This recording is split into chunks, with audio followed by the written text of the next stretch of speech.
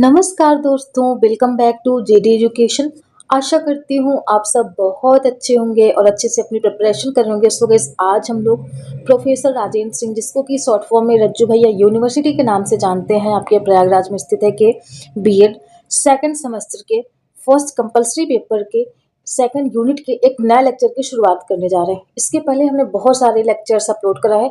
सो अगर अभी आप चैनल पर फर्स्ट टाइम आए हैं गाइस, सो प्लीज़ जरूर से चैनल को सब्सक्राइब करके रखिएगा, क्योंकि आने वाले समय में बीएड से रिलेटेड जितने भी इंफॉर्मेशन होंगी, जितने भी अपडेट्स होंगी, जितने भी क्लासेज होंगी, हम पूरी कोशिश करेंगे कि हाँ आप तक पहुंचा पाए। सो प्लीज़ जरूर से सब्सक्राइब करके रखिएगा।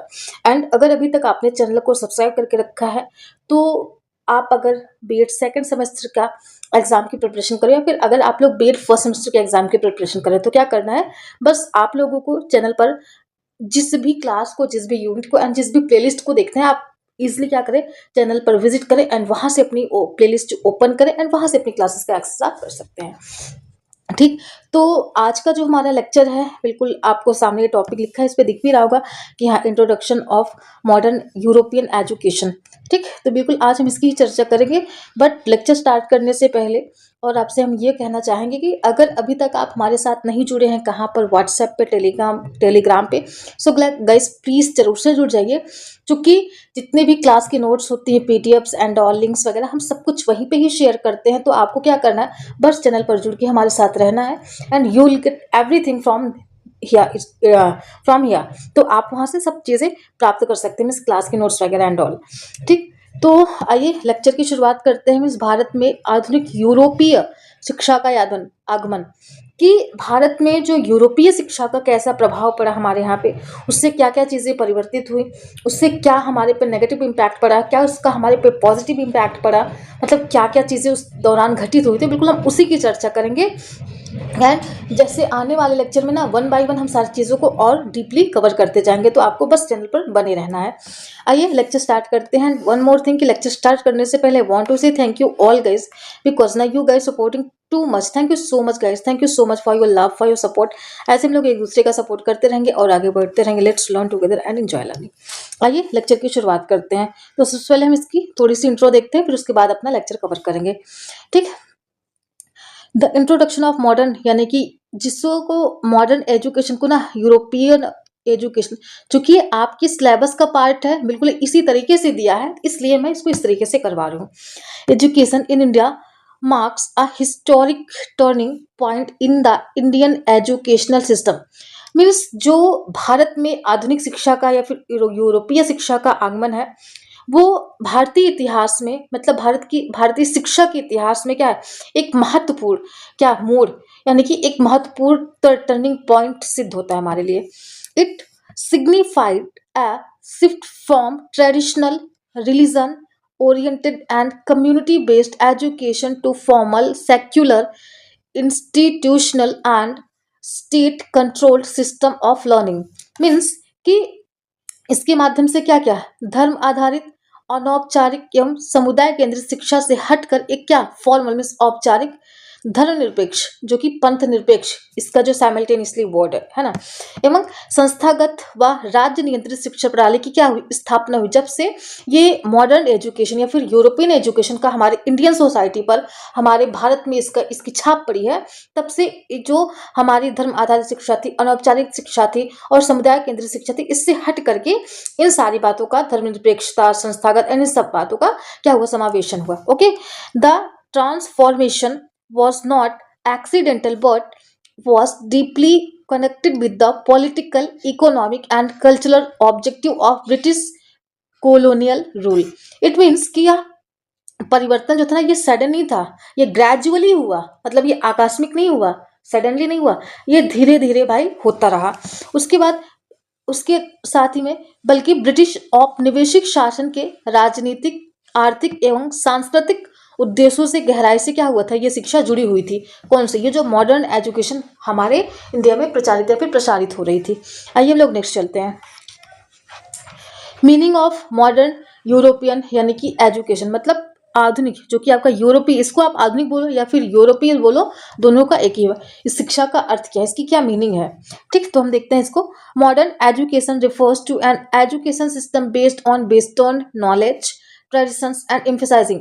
मतलब मॉडर्न, जो हमारी ये मॉडर्न एजुकेशन है, जो हमारी आधुनिक शिक्षा प्रणाली है या फिर आधुनिक शिक्षा है, ये किसको रिफर्स करती है?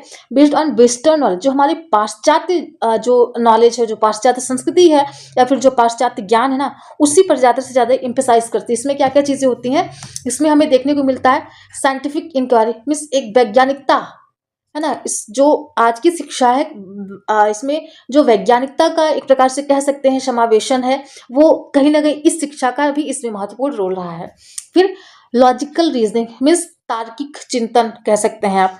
फिर सेक्युलर वैल्यूज, मीन्स धर्मनिरपेक्ष जो मूल्य होते हैं वो। फिर रिटन करिकुलम, मतलब एक लिखित जो पाठचर्या होती है या फिर पाठ्यक्रम।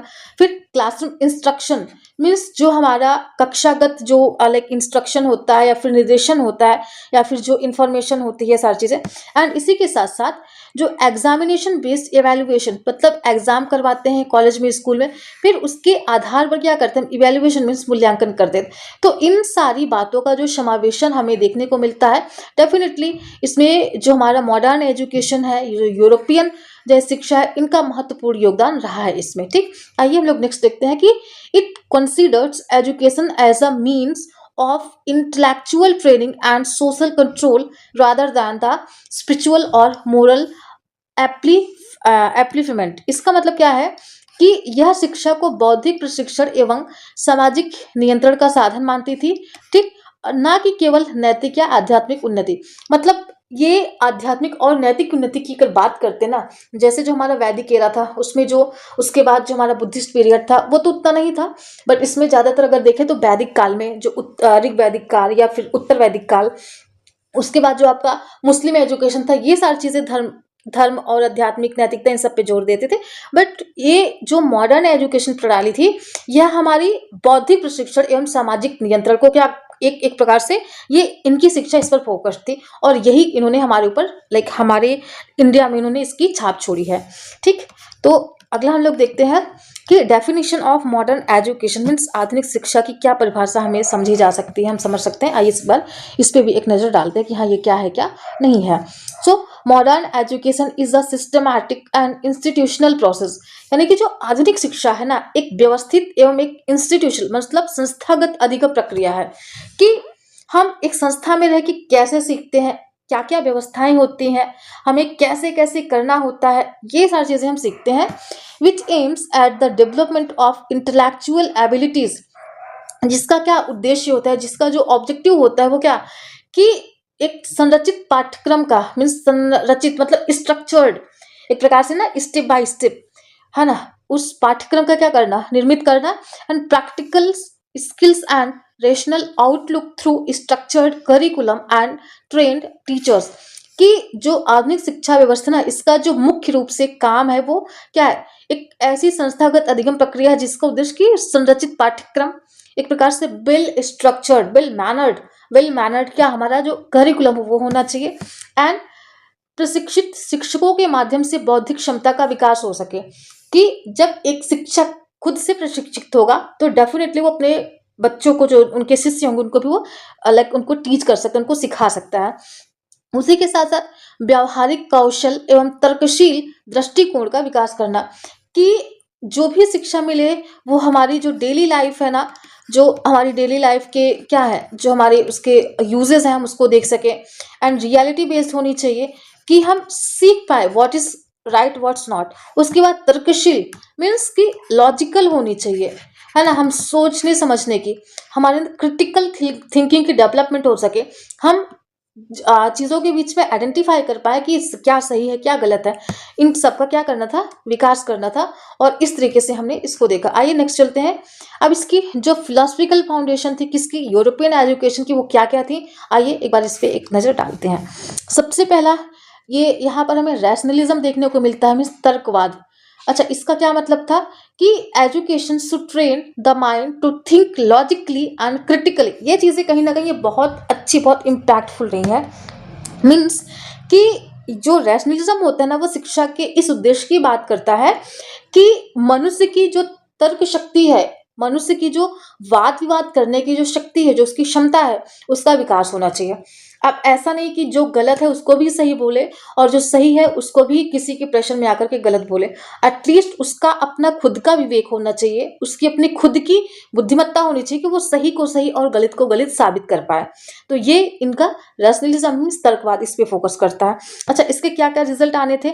इसके जो रिजल्ट आए थे वो लॉजिक बेस्ड सब्जेक्ट, जो सब्जेक्ट जैसे आपका क्या कह सकते हैं, जैसे फिलॉसफी वगैरह हो गया, साइकोलॉजी वगैरह हो गया, ये लॉजिक बेस्ड। फिर एनालिटिकल थिंकिंग, वही कि हम डिस्क्रिमिनेट कर पाए उसको, लाइक एक ही, जैसे कोई गलती होगी तो उसको जनरलाइज नहीं करना है, उसको हमें सोचना है, समझना है, फिर उसके बाद हमें उसको जनरलाइजेशन करनी है। फिर अगला intellectual superiority over moral learning, कि हमारी जो बुद्धिमत्ता है ना, उसकी हम सुपीरियरिटी को देख पाए ओवर मोरल लर्निंग, मतलब नैतिक जो हमारा अधिगम है, जो हमारा नैतिक विकास है, उसके ऊपर उठ करके हम बुद्धिमत्ता को सुपीरियर समझें, मतलब अपना विवेक हम यूज करें। वो सारी चीजें यहाँ पर बताई गई, किसमें, तर्कवाद में। अगला हमारा है इम्पेरिसिज्म, मीन्स अनुभववाद। जहां तक मुझे याद आता है, इम्पेरिज्म की जो न्यू थी वो एक कौन थे, बेकन करके कोई एक साइकोलॉजिस्ट थे, उन्होंने रखा था, पर मुझे एग्जैक्ट नहीं याद है। इसका क्या मतलब है कि knowledge is derived from experience and observation, means जो ज्ञान का स्रोत ना वो अनुभव एवं निरीक्षण है। जैसे आपने देखा होगा जो हमारे ग्रीक फिलोसफर है ना, उसमें लाइक आपने हिप्पोक्रेटिस को सुना होगा, आपने गैलन को सुना होगा, आपने सोक्रेटिस को सुना होगा, फिर प्लेटो को, फिर एरिस्टोटल को, फिर उनके जो लेक्सिस थे, सिकंदर ना, अलेक्जेंडर, तो इन सबको सुना होगा।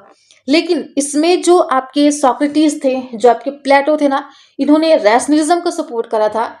और वहीं पर if we talk about Aristotle, means Arastu की बात करते हैं, तो दे मतलब he was supported the empiricism, उन्होंने इम्पेरिसिज्म का सपोर्ट करा था। उन्होंने बोला था कि हम जब तक कोई चीज एक्सपीरियंस नहीं करें, जब तक हम उसका एक्सपेरिमेंटेशन नहीं कर सकते, हमें उस डेटा पर बिलीव नहीं करना चाहिए। तो बिल्कुल एम्पिरिसिज्म कहता है कि जो ज्ञान का स्रोत है ना, वो हमारा अनुभव है, हमारा जो अपना ऑब्जर्वेशन है, जो हमारा अपना निरीक्षण है, जो हमारा अपना एक्सपेरिमेंटेशन है, बिल्कुल हम उसी पर ही बिलीव कर सकते हैं और वही नॉलेज है। तो बिल्कुल जो हमारा एम्पिरिसिज्म है यही बात करता है। तो इसमें क्या क्या, साइंस एंड एक्सपेरिमेंटेशन, ये देखिए जो हमने ऊपर बात करी। फिर प्रैक्टिकल सब्जेक्ट्स, जैसे आपका केमिस्ट्री हो गया, साइकोलॉजी में भी प्रैक्टिकल्स होते हैं, और आपका होम साइंस हो गया ना, ये सारी चीजें। फिर ऑब्जर्वेशन बेस्ड लर्निंग, कि हम जो ऑब्जर्व करके सीखते हैं, जो हम ऑब्जर्व मतलब कि अवलोकन करके सीखते हैं, जो इमिटेट करके सीखते हैं, जैसे कि आपकी एल्बर्ट बैंडूरा की थ्योरी है, उन्होंने ऑब्जर्वेशनल लर्निंग की कॉन्सेप्ट को दिया, मॉडलिंग का जो उनका कॉन्सेप्ट है ना। तो बिल्कुल ये सारे हमारे इंपेरिज्म की कैटेगरी में आते हैं और इसका भी प्रभाव हमारी शिक्षा पर पड़ता हुआ दिखा। अगला हमारा है यूटिलिटरियनिज्म, मतलब उपयोगितावाद। इसका मतलब क्या था कि education must serve practical and administrative needs, मतलब यहाँ पर कहने का मतलब है कि शिक्षा का जो मूल्य है ना, वो उसकी उपयोगिता में निहित है, कि हम जो शिक्षा अर्जित कर रहे हैं उसका क्या उपयोग है, और उसकी जो उपयोगिता है ना वो हमारी शिक्षा में ही निहित है।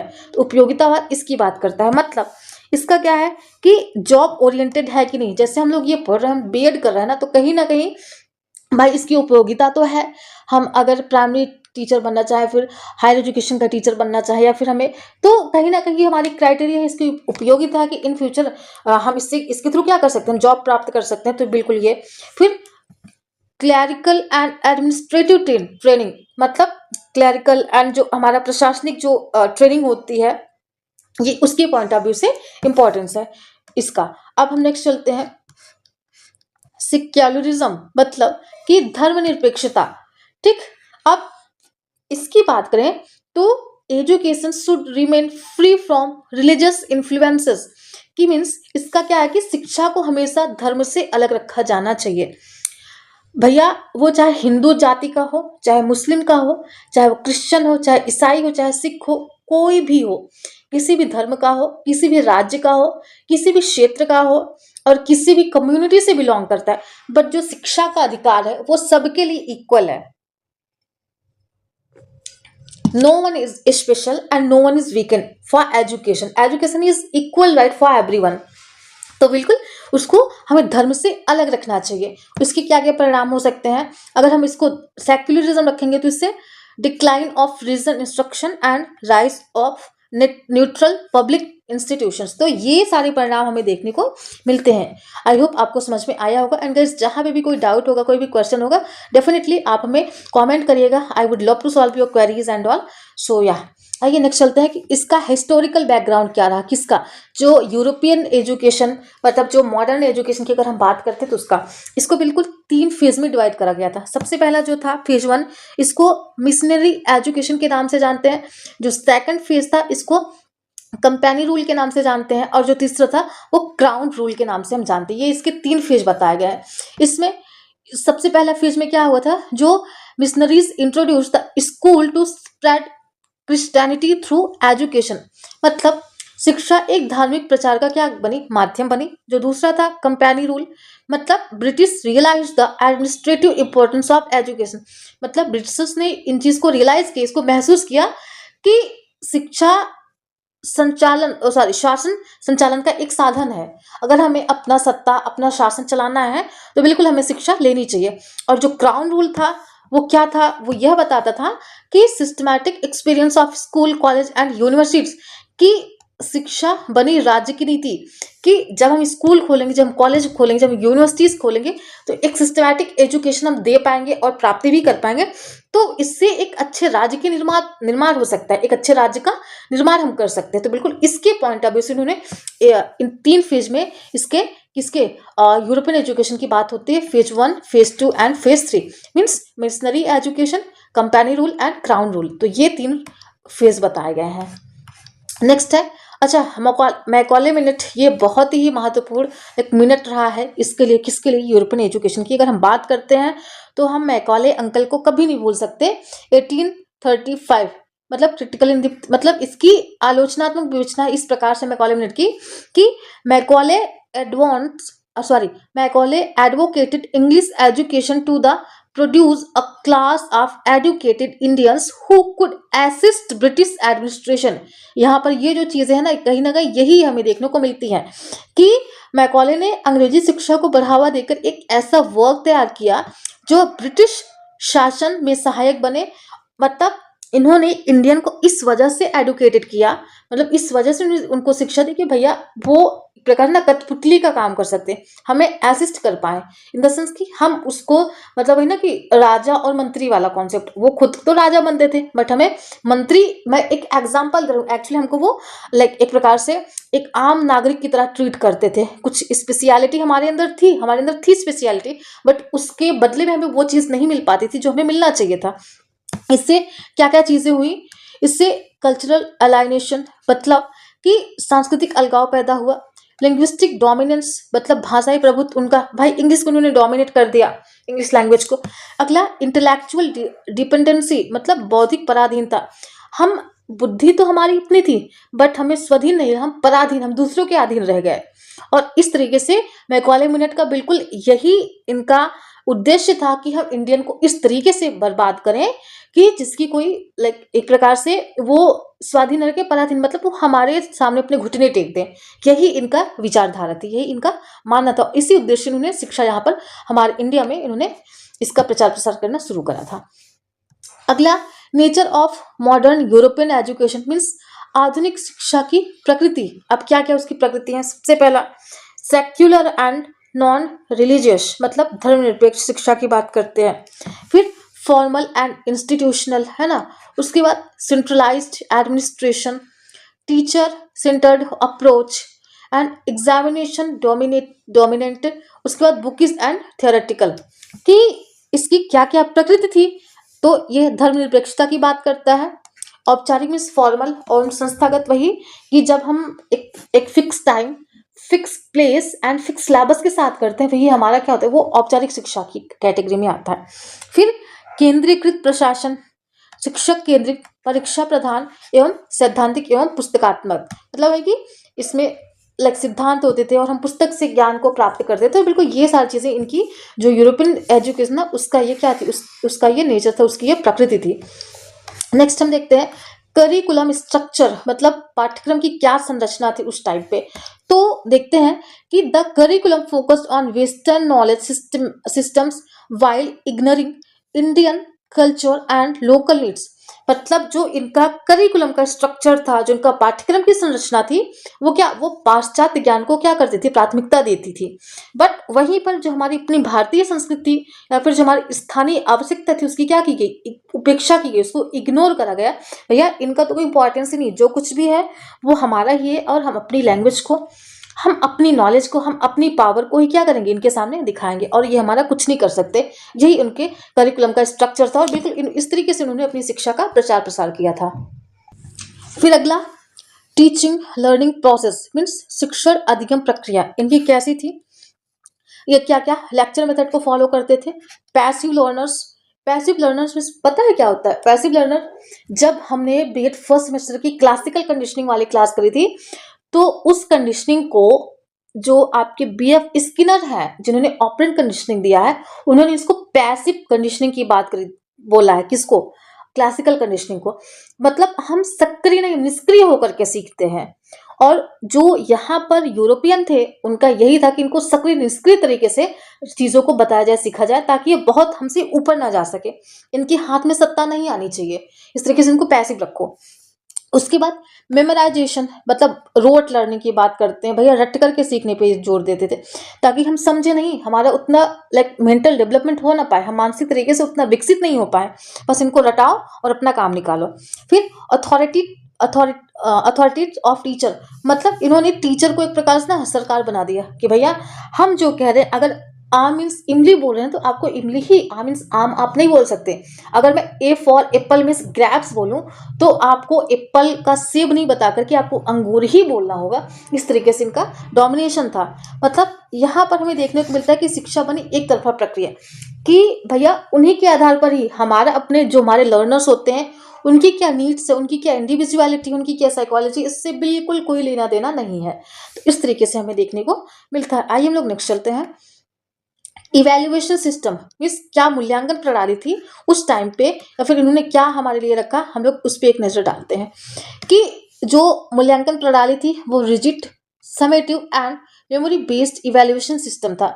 मतलब रिजिड वही ना कि फ्लेक्सिबल नहीं थी, कठोर थी, और समेटिव मीन्स समापनात्मक, जैसे एनुअल एग्जाम नहीं होता है, ईयरली होता है ना जो एग्जाम, उसी को, कि जब आप पूरी क्लासेस कंप्लीट कर लेते हो ना, और लास्ट में जो हमारा एग्जाम होता है ना, वही हमारा समेटिव मूल्यांकन की कैटेगरी में आता है। एवं स्मृति आधारित मूल्यांकन, मतलब हमने जो रटा, हमने जो सीखा, उसी के आधार पर हम मूल्यांकन करेंगे। अब डजंट मैटर कि वो अपडेट हुआ है कि नहीं, वो उससे हमें कोई लेना देना नहीं। जो हमारा नॉलेज है, जो हमने रट करके सीखा है, वही सर्वोपरि है, और उसी के आधार पर हम आपको मार्क्स देंगे, ऐसा इनका मानना था। अगला, इम्पैक्ट ऑन सोसाइटी, मतलब सामाजिक, भारतीय समाज पर इसका क्या प्रभाव हमें देखने को मिलता है। तो इसके पॉजिटिव एंड नेगेटिव दोनों इम्पैक्ट हमें देखने को मिलते हैं। ये आपका रहा पॉजिटिव इम्पैक्ट, और ये रहा आपका नेगेटिव इम्पैक्ट। हम लोग एक एक को करके देखते हैं। पॉजिटिव इम्पैक्ट में हमें क्या क्या चीजें देखने को मिलती हैं, एक बार इसको देखते हैं। कि राइज ऑफ नेशनलिज्म, कि यहाँ पर राष्ट्रीयता का क्या होता है, विकास होता है। सोशल रिफॉर्म मूवमेंट्स, मतलब ऐसे कुछ सामाजिक रिफॉर्म्स के ऐसे कुछ मूवमेंट आते हैं जिससे हमारा जो समाज, उसमें कुछ रिफॉर्म्स आ पाते हैं, या कुछ चेंजेस आ पाते हैं। फिर साइंटिफिक टेम्पर, यानी कि हमारा टेम्पर होता है वो वैज्ञानिक हो पाता है। फिर मॉडर्न प्रोफेशंस, हम आधुनिकता को थोड़ा बहुत सीख पाते हैं। देखिए, अगर मैकॉले मिनट की बात करें या फिर यूरोपियन शिक्षा की, यूरोपियन एजुकेशन की, तो हर तरीके से वो गलत नहीं है। हर बुराई में भी अच्छाई होती है, और अच्छाई में भी बुराइयां ही छिपी होती हैं। तो उसी तरीके से इनका कुछ इस तरीके से पॉजिटिव इम्पैक्ट भी हमें देखने को मिलता है। फिर वुमेन एम्पावरमेंट मीन्स यहाँ से महिलाओं को भी क्या हुआ, थोड़ा बहुत शक्तिकरण इनको मिला, सशक्तिकरण। अगला, इसका नेगेटिव इम्पैक्ट की बात करें तो एजुकेशनल इनइक्वालिटी, कि भैया जिसको इंग्लिश आती है वही शिक्षा अर्जित कर सकता है, अदरवाइज आपके पास बुद्धि नहीं है, आपके पास दिमाग नहीं है। उसके बाद कल्चरल क्या है, कल्चरल डिसइंटीग्रेशन, मतलब कि सांस्कृतिक रूप से अलगाववाद की हमें यहाँ पर झलक देखने को मिलती है। तो इस तरीके से हमारे भारतीय समाज पर इसका प्रभाव पड़ा। आइए हम लोग नेक्स्ट चलते हैं। नेक्स्ट हमारा है क्रिटिकल अप्रेजल मीन्स आलोचनात्मक मूल्यांकन। अच्छा, इसमें क्या क्या चीज़ें हैं, जैसे इसमें modern education modernised Indian intellect but colonised Indian consciousness. Means जो हमारी आधुनिक शिक्षा है ना, इन्होंने भारतीय बुद्धि को क्या आधुनिक बनाया, परंतु चेतना को औपनिवेशिक बना दिया। मतलब कि हम वही है ना, जो एक एक फेमस कोट्स है या फिर फेमस कहावत है, आप लोगों ने सबने सुना होगा कि हम शरीर से, और हमारा जो ब्लड है वो तो इंडियन होना चाहिए, बट हमारा जो आत्मा है, जो हमारा टेस्ट होना चाहिए वो ब्रिटिशर्स होना चाहिए, वो ब्रिटिश का होना चाहिए। बिल्कुल इनका यही था कि जो आधुनिक शिक्षण है ये भारतीय बुद्धि को आधुनिक तो बनाया, परंतु जो हमारी चेतना थी ना वो औपनिवेशिक बना दिया। मतलब इन द सेंस कि हम ग्रसित हो गए हैं किससे, एक प्रकार से ना आ, बांध करके हमें रख दिया है, ऐसा इनका कहना है। फिर कंटेम्प्रेरी कंटेम्प्रेरी रिलेवेंस मीन्स समकालीन प्रासंगिकता हमें क्या क्या देखने को मिलती है, इसमें है प्रेजेंट एजुकेशन सिस्टम रूट्स, यानी कि जो आज का हमारा एजुकेशन लाइक शिक्षा व्यवस्था है इसके लिए एक रूट बनी है, एक रास्ता का काम कर रहा है। फिर एग्जामिनेशन कल्चर, हमारे यहाँ पे एग्जाम प्रणाली भी आई, मतलब परीक्षा प्रणाली। यूनिवर्सिटी स्ट्रक्चर कि हमारे यहाँ पर ऐसे विश्वविद्यालय भी बनाए गए। फिर नीड फॉर डेक्लोनलाइजेशन मीन्स एनईपी 2020, तो मतलब ये जो एजुकेशन पॉलिसीज होती है, टाइम टू टाइम रिफॉर्म्स होते रहते हैं, ये सारी चीज़ें हमें देखने को मिलती और उनका हमारा यही हमारे लिए समकालीन प्रासंगिकता हमें देखने को मिलती है। अब हम देखते हैं इसके कंक्लूजन पे। तो modern European education led the intellectual foundation of modern India, but failed to evolve originally from Indian realities. Its reform is essential for inclusive and culturally record education. Culturally rooted education means आधुनिक यूरोपीय शिक्षा ने आधुनिक भारत की बौद्धिक नींव तो रखी, परंतु उसी के साथ साथ क्या हुआ कि यह भारतीय यथार्थ से स्वाभाविक रूप से क्या करी, विकसित नहीं हो सकी। मतलब हमारी जो अपनी भारतीयता थी, जो हमारी संस्कृति थी, हम उसमें लाइक नेचुरली डेवलप हमारा नहीं हो पाया, हम उसमें लाइक नेचुरली नहीं बढ़ पाए, बल्कि हम किसी के अधीन रह करके अपना विकास किए। अतः इसका पुनर्संरक्षण आवश्यक है। मतलब इसको हम अपने अकॉर्डिंग, मतलब जो हमारी भारतीयता है, जो हमारी संस्कृति है, हमें अपने नीड के अकॉर्डिंग इसको इसमें रिफॉर्म करने की ज़रूरत है, ऐसा मॉडर्न एजुकेशन की बात है। तो गाइस ये रहा आज का लेक्चर, आई होप आपको पसंद आया होगा। एंड अगर आपको लेक्चर पसंद आया तो प्लीज़ एक लाइक ज़रूर से करिएगा। एंड आपके लाइक से क्या मिलता है, हमें सपोर्ट मिलता है। और क्या करना है, बस आप हमें सपोर्ट करिएगा, हम आपको तो कर ही रहे हैं। इस तरीके से हम लोग एक दूसरे का सपोर्ट करते रहेंगे और आगे बढ़ते रहेंगे। Let's learn together and enjoy learning. We will meet in next video. तब तक के लिए अपना ध्यान रखिएगा and thank you so much guys, thank you so much.